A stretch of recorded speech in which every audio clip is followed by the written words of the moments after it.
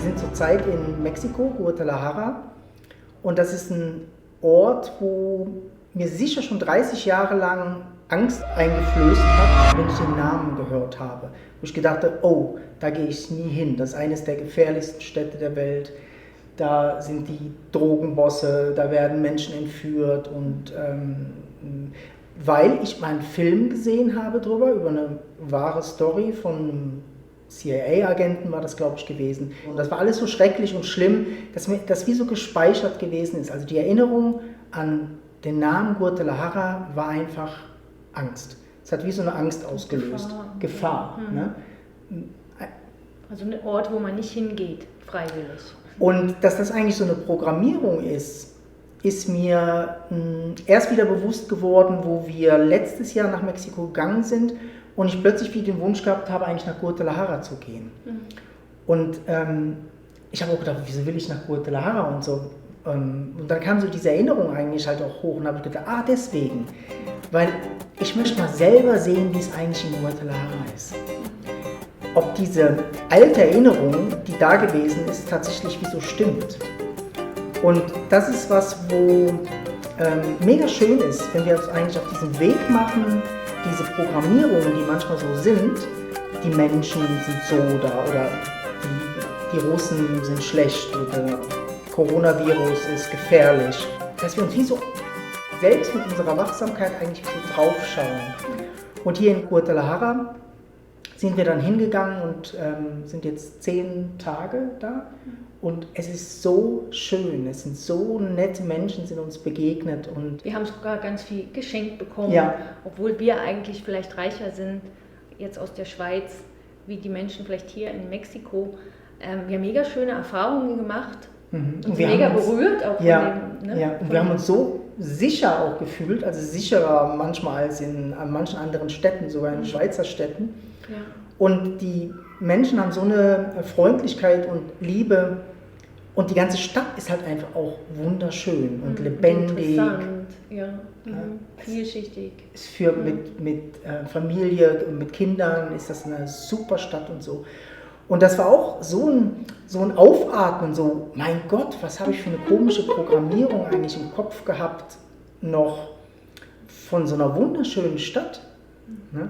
Und das ist was, wo jedes Mal eigentlich wie so ein kleines Erwachenserlebnis irgendwie ist, wenn man so eine Programmierung wie so fallen lässt, wenn man eigentlich keine Schlussfolgerung macht. Wir könnten jetzt sagen, oh, Guadalajara ist mega schön und super und so. Im Moment haben wir das so erlebt. Das heißt aber nicht, dass hier nicht auch schlimme Sachen passieren, wie in jeder anderen Stadt halt auch. Ne? Die Schlussfolgerungen, die wir ziehen, die halten uns halt so eng. Das ist mega eng, das Leben. Erstens könnten wir so Guadalajara gar nicht richtig genießen oder voll erleben, ne? Wenn man nicht offen ist eigentlich wie für alles, was wie so da ist. Oder wenn man so die ganze Zeit immer nur in Angst ist, kann man sich gar nicht richtig entspannen und kann vielleicht gar nicht sehen, die Menschen oder das, was es noch zu bieten hat. Ne? Also man muss eigentlich jedes Mal wieder neu mit so einer Offenheit auf die Situation zugehen und dann schauen, wie ist es jetzt? Also vielleicht ist es ja gefährlich, vielleicht ist es aber auch in dem Moment jetzt gerade nicht gefährlich. Ja. Und das ist eigentlich so diese Offenheit, wenn man diese Grenzen, die man setzt oder diese Schlussfolgerungen immer wieder loslässt und immer wieder neu guckt. Ne? Und wir sind in der Lage dazu. Ne? Und das ist eigentlich dieser Ausstieg aus der Matrix oder aus der Programmierung. Nicht Schlussfolgerungen zuzulassen.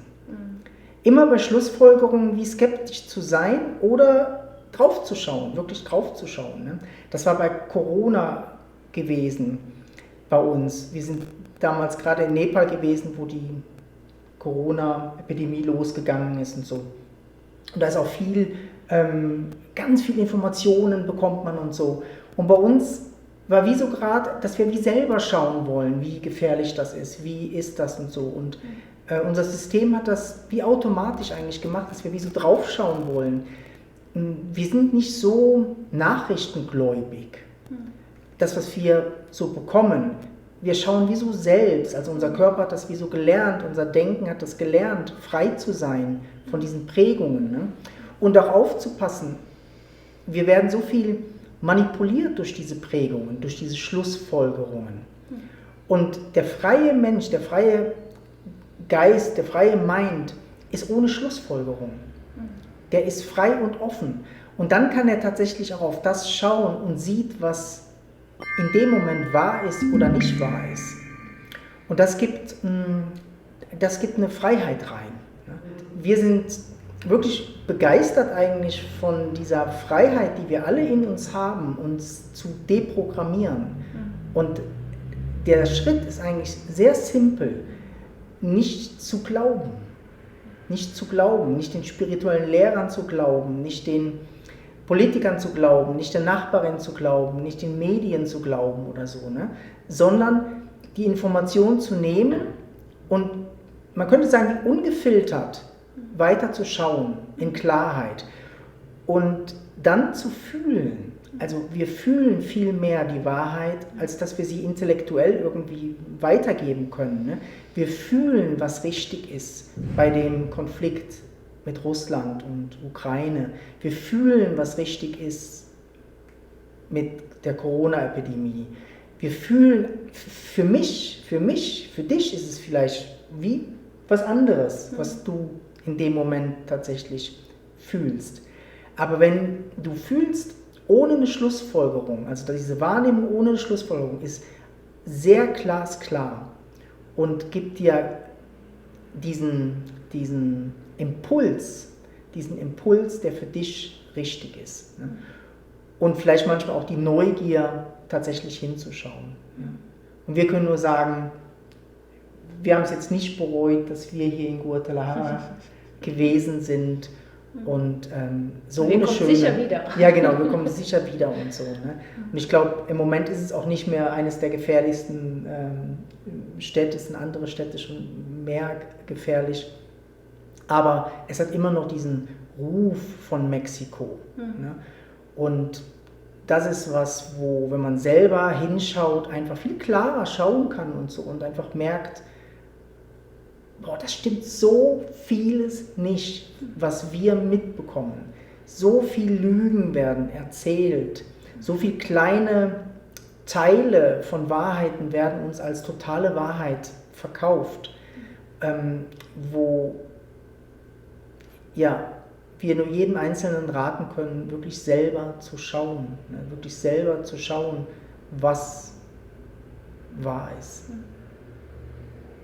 Und ich finde ganz schön, wie du gezeigt hast, dass wir nicht hier oben, also der meint, der sagt immer sofort, das macht Sinn oder das macht das sicher nicht. Also der ist ganz, ganz schnell und das Fühlen also wahrzunehmen, ob das wirklich stimmt für mich, das ist wie tiefer. Das ist hier, das fühlen wir, der Körper geht in Resonanz mit der Wahrheit, der merkt, wenn Gefahr da ist. Das ist ein ganz anderes, also dieses Schauen ist nicht so nur mit hier, sondern wir schauen, was wir mit Schauen meinen, ist halt auch, du gehst wie tiefer. Ja. Und schaust von hier, also nimmst das mit rein, dein Herz, deine Gefühle, dein ganzes Body-Mind-System, was reagiert. Und das ist viel intelligenter. Viel, ja. Ja, und das braucht keine Schlussfolgerungen. Ja. Das erkennt die Gefahr, wenn es tatsächlich Gefahr ist. Es erkennt, wenn was böse ist oder was von dir will. Und du läufst nicht durch die Welt desillusioniert, sondern klar und wach. Und diese Klar- und Wachheit bist du automatisch aus der Programmierung draußen und erfährst dein Leben, erfährst das Leben, was tatsächlich wie so da ist, wo du drauf schaust und siehst vielleicht auch die Einheit vom Leben, dass die Wahrheit eigentlich ist, dass eine Einheit vom Leben da ist. Dieses Böse und Gute sich wie eigentlich auflöst in diese Einheit vom Leben. Es ist wie so alles tatsächlich da. Im größten Sumpf, im größten Schrecklichkeit ist irgendwas Schönes, irgendein ein Weg der Heilung da oder die Liebe erscheint. Ja, wir können nur sagen, macht keine Schlussfolgerungen, wenn ihr mal nach Guadalajara kommen wollt. Schaut selber. Ne? Wir gucken immer so gern Reiseberichte oder oh, Karim und Pratibha haben gesagt, das ist super und so. Schaut selber.